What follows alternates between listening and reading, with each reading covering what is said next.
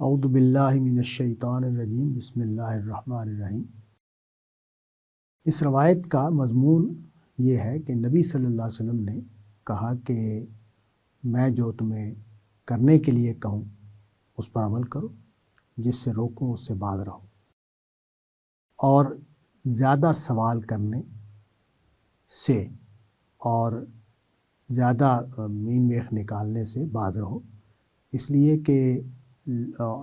پیغمبر سے اختلاف اور پیغمبر پر سوالات کی بوچھاڑ کرنے سے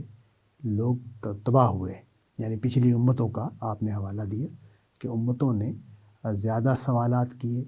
اور پیغمبر سے اختلاف کی ہمت کی، تو اس کے نتیجے میں ان کا انجام بہت برا ہوا۔ تو اس کا مطلب یہ ہے کہ نبی صلی اللہ علیہ وسلم اس حق کو بیان کر رہے ہیں، اس جو حضور کا حق ہم پر عائد ہوتا ہے کہ پیغمبر کی اطاعت کی جاتی ہے، اور پیغمبر جو کہتا ہے کرنے کے لیے اس کی بھی فرما برداری کی جاتی ہے، اور جن کاموں سے روکتا ہے اس میں بھی اس کی فرما برداری کی جاتی ہے،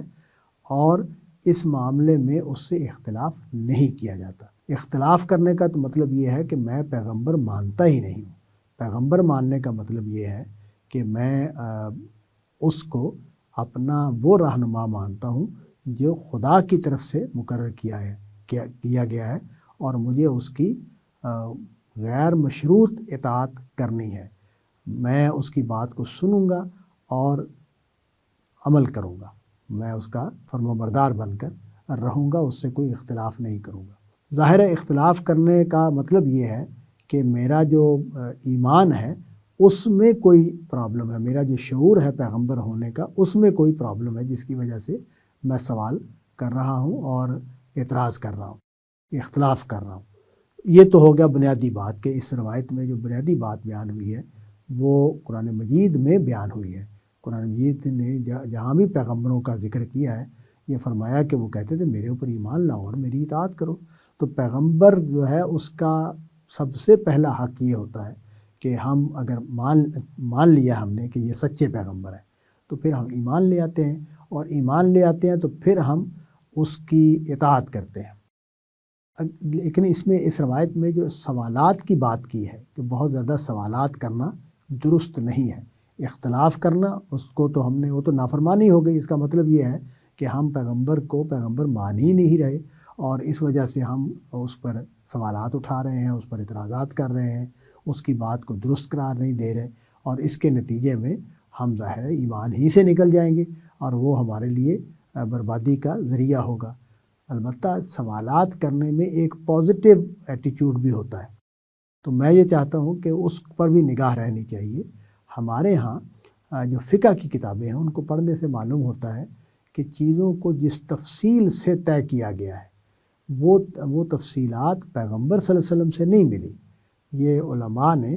مختلف سوالات کا سامنا کرتے ہوئے جو لوگوں کی طرف سے بھی پیدا ہوئے اور اپنے ذہن میں بھی پیدا ہوئے،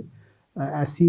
تفصیلات طے کر دیں کہ جس کے نتیجے میں دین مشکل سے مشکل تر ہوتا چلا جاتا ہے۔ تو اس بات سے بھی گریز کرنا چاہیے کہ جتنا حکم سادہ رہے گا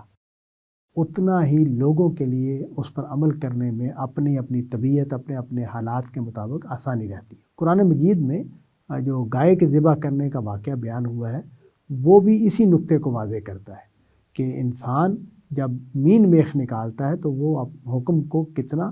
مشکل کرتا چلا جاتا ہے، اور وہ اللہ تعالیٰ چونکہ ہم انسانوں سے کون پیدا کیا ہے ان کو معلوم ہے کہ اس انسان کی کمزوریاں کیا ہیں، اس کے احوال کیا ہیں، یہ کن صورت احوال سے گزرتا ہے، اس کی زندگی کے معاملات کیا ہیں، تو انہوں نے اس کو سامنے رکھ کر ہمیں احکام دیے ہیں۔ پھر طباع کا فرق ہوتا ہے، ذوق کا فرق ہوتا ہے، تو اس سے پھر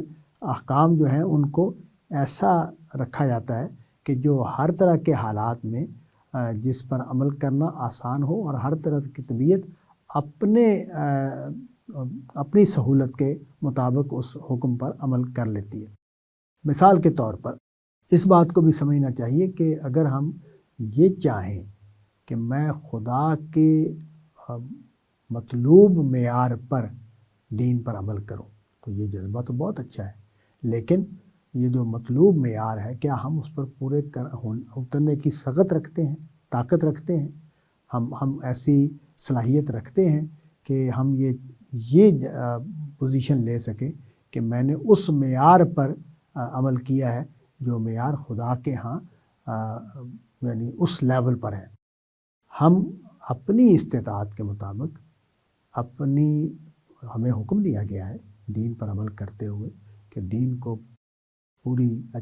سچائی اور پوری صحت کے ساتھ دین پر عمل، نماز پڑھنی ہے، اس کے قاعدے ضابطے بھی ٹھیک ہوں، اس میں جو ذکر اذکار کیے جا رہے ہیں وہ بھی ٹھیک ہوں، جو اس کی تیاری ہے وہ بھی ٹھیک ہو۔ تو یہ سارے کام جو ہمیں بتائے گئے ہیں وہ ہم نے اپنی حد وسع کے مطابق جو بہتر سے بہتر ہم کر سکتے ہیں وہ ہم کرنے کا حکم دیا گیا ہے، اور یہی رہنا چاہیے۔ خود سے اس میں چیزیں طے نہیں کرنی چاہیے کہ جس کے نتیجے میں مشکل پیدا ہوتی ہے۔ قرآن مجید میں یہ مسئلہ زیر بحث آیا ہے، نبی صلی اللہ علیہ وسلم کے صحابہ کو حضور سے سوال کرنے سے روک دیا گیا، اور اس کی وجہ یہ بتائی گئی کہ اگر تم سوالات کرو گے تو چونکہ پیغمبر ہیں، پیغمبر جواب دیں گے، اور ان کو جہاں ضرورت ہوگی وہی سے بھی ان کو بتا دیا جائے گا سوال کا جواب، تو اس کے نتیجے میں تمہیں اچھا نہیں لگے گا۔ حکم جو ہے اس کی تفصیل جب طے ہو جائے گی تو وہ تمہارے لیے زیادہ بھاری ہو جائے گا، زیادہ مشکل ہو جائے گا۔ جیسے میں مثال دے رہا تھا کہ جو گائے کے ذبح کرنے کا واقعہ ہے، تو وہ ان کو حکم دیا کہ گائے ذبح کرو، وہ کوئی گائے لیتے جو ان کے لحاظ سے مناسب گائے ہوتی، وہ لیتے اس کو ذبح کرتے، حکم پر عمل ہو جاتا۔ لیکن انہوں نے ایک ایک کر کے سوالات کیے، تو وہ سوالات کے نتیجے میں جو سب سے اعلیٰ گائے تھی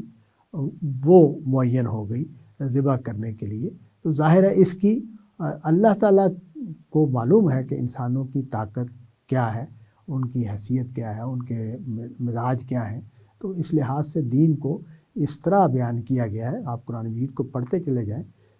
قرآن مجید میں بہت چیزوں کو طے نہیں کیا جاتا، بہت ساری چیزوں کو